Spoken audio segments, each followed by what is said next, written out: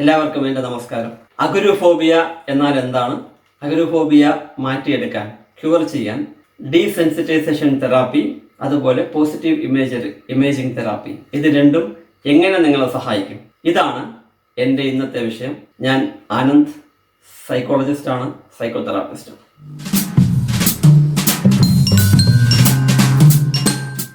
അഗോരാഫോബിയ എന്താണ് എന്ന് ഞാൻ എക്സ്പ്ലെയിൻ ചെയ്യേണ്ട ആവശ്യമില്ല.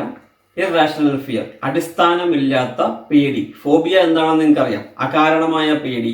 ആ സ്ഥലത്തേക്ക്, അല്ലെങ്കിൽ അഗോരാഫോബിയ എന്നാൽ ഒരു പർട്ടിക്കുലർ സ്ഥലത്തേക്കോ സാഹചര്യത്തിലേക്കോ നമ്മൾ പോകുമ്പോൾ അല്ലെങ്കിൽ പോകുന്നതിനെ കുറിച്ച് ആലോചിക്കുമ്പോൾ നമുക്കുണ്ടാകുന്ന അകാരണമായ പേടി, വിറയൽ ഒക്കെയാണ് ഈ അഗോരാഫോബിയ. ഉദാഹരണത്തിന്, ചിലർക്ക് വലിയ മാളുകളിൽ പോകുന്നതിൽ പേടി തോന്നാം, ചിലർക്ക് ലിഫ്റ്റിൽ കയറുന്നതിൽ പേടി തോന്നാം, ചിലർക്ക് ബസ്സിൽ യാത്ര ചെയ്യുന്നതിൽ പേടി തോന്നാം. സാധാരണ പേടി കുഴപ്പമൊന്നുമില്ല, അത് കുറച്ച് ദിവസം കഴിഞ്ഞാൽ എക്സ്പീരിയൻസ് ആകുമ്പോൾ മാറിക്കോളും. എന്നാൽ അഗോരാഫോബിയയിൽ ഇൻറ്റൻസ് ഫിയർ ആണ്, അകാരണമായ ഡീപ്പായ വളരെയധികം ബുദ്ധിമുട്ടുളവാക്കുന്ന പേടി.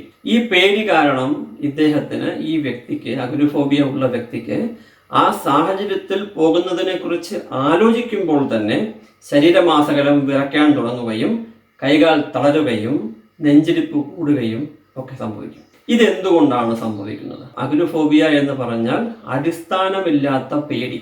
നമുക്ക് ഏവർക്കും അറിയാം, ഈ മാൾസിലോ അല്ലെങ്കിൽ ബസ്സിനകത്തോ അല്ലെങ്കിൽ ട്രെയിനിനകത്തോ സിനിമാ തിയേറ്ററിനകത്തോ അതല്ലെങ്കിൽ പബ്ലിക് പ്ലേസിനകത്തോ ഒരു കല്യാണ സ്ഥലത്തോ മോൺസ്റ്റേഴ്സ് ഒന്നുമില്ല. നമ്മളെ ഉപദ്രവിക്കാൻ ആരും ഉണ്ടാവില്ല, നമ്മളെ വെടിവെച്ച് കൊല്ലാൻ ആരും ഉണ്ടാവില്ല.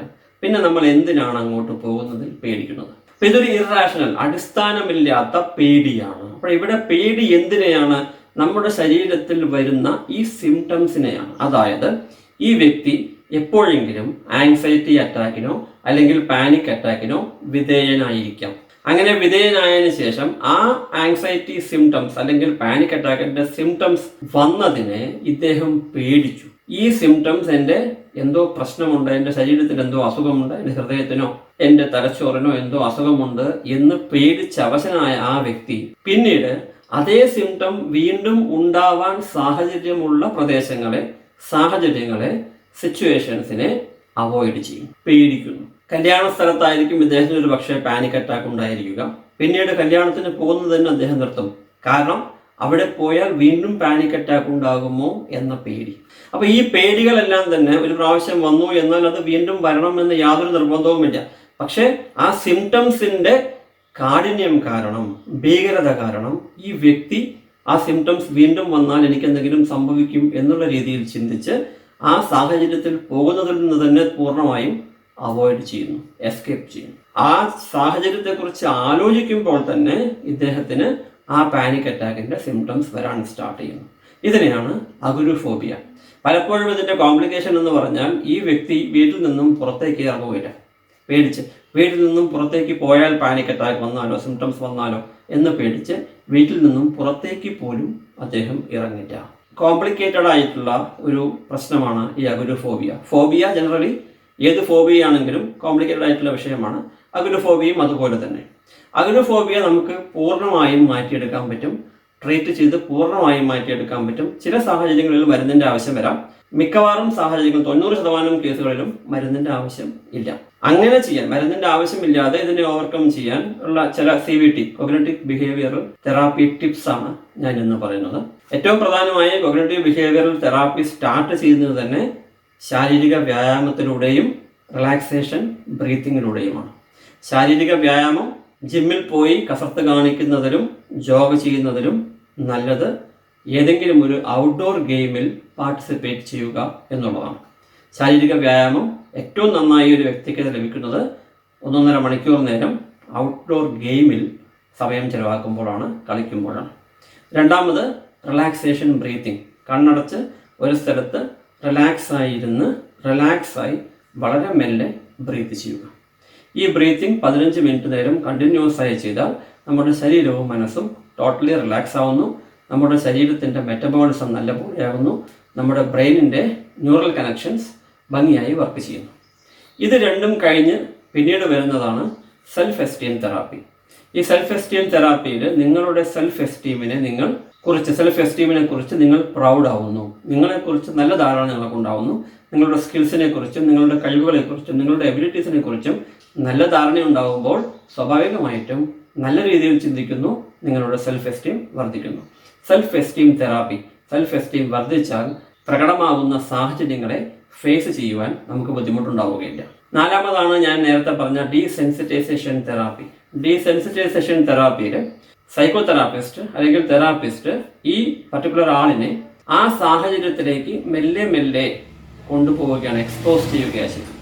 അതായത് ഒരു മോളിൽ പോകാൻ പേടിയുള്ള അല്ലെങ്കിൽ ഒരു സിനിമാ തിയേറ്ററിൽ പോകാൻ പേടിയുള്ള ഈ വ്യക്തിയെ മെല്ലെ മെല്ലെ ആ സിനിമാ തിയേറ്ററിന്റെ ഗേറ്റിൽ കൊണ്ടെത്തിക്കുന്നു.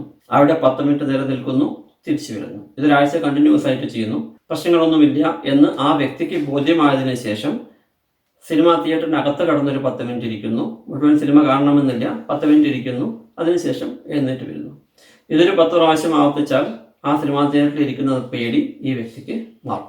അതുപോലെ ഓരോ സാഹചര്യത്തിലും ഈ വ്യക്തിയെ മെല്ലെ മെല്ലെ ആ സാഹചര്യവുമായി അടുപ്പിക്കുകയാണ് ഈ ഡീസെൻസിറ്റൈസേഷൻ തെറാപ്പി ചെയ്യുന്നത്. ഈ ഡീസെൻസിറ്റൈസേഷൻ തെറാപ്പി നിങ്ങൾക്ക് സ്വയം ചെയ്യാം, അതല്ലെങ്കിൽ ഏതെങ്കിലും കൗൺസിലറിനെയോ തെറാപ്പിസ്റ്റിനെയോ കൊണ്ട് ചെയ്യിക്കാം.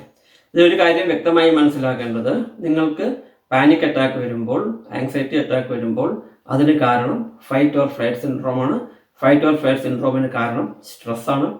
ഈ ഫൈറ്റ് ഓർ ഫ്ലൈറ്റ് സിൻഡ്രോം അല്ലെങ്കിൽ പാനിക് അറ്റാക്കിൻ്റെ സിംറ്റംസ് അല്ലെങ്കിൽ ആങ്സൈറ്റി അറ്റാക്കിൻ്റെ സിംറ്റംസ് ഒരു കാരണവശാലും നിങ്ങളുടെ ശരീരത്തിനോ മനസ്സിനോ ഹാനികരമല്ല.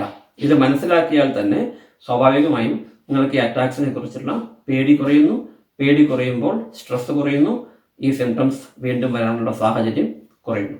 അടുത്ത CBT മെത്തേഡാണ് പോസിറ്റീവ് ഇമേജറി. ഞാൻ നേരത്തെ പറഞ്ഞ ഡീസെൻസിറ്റൈസേഷൻ മെത്തേഡിനെ നമ്മൾ വിഷ്വലൈസ് ചെയ്യുകയാണ്. ഈ രാവിലെയും വൈകുന്നേരവും 15 മിനിറ്റ് നേരം ബ്രീത്തിങ് റിലാക്സേഷൻ ചെയ്തതിന് ശേഷം കണ്ണടച്ച് നമ്മൾ ആ സാഹചര്യത്തിലേക്ക്, ഏത് സാഹചര്യത്തെയാണോ നമ്മൾ പേടിക്കുന്നത് ആ സാഹചര്യത്തിലേക്ക് മനസ്സുകൊണ്ട് ചെല്ലുക.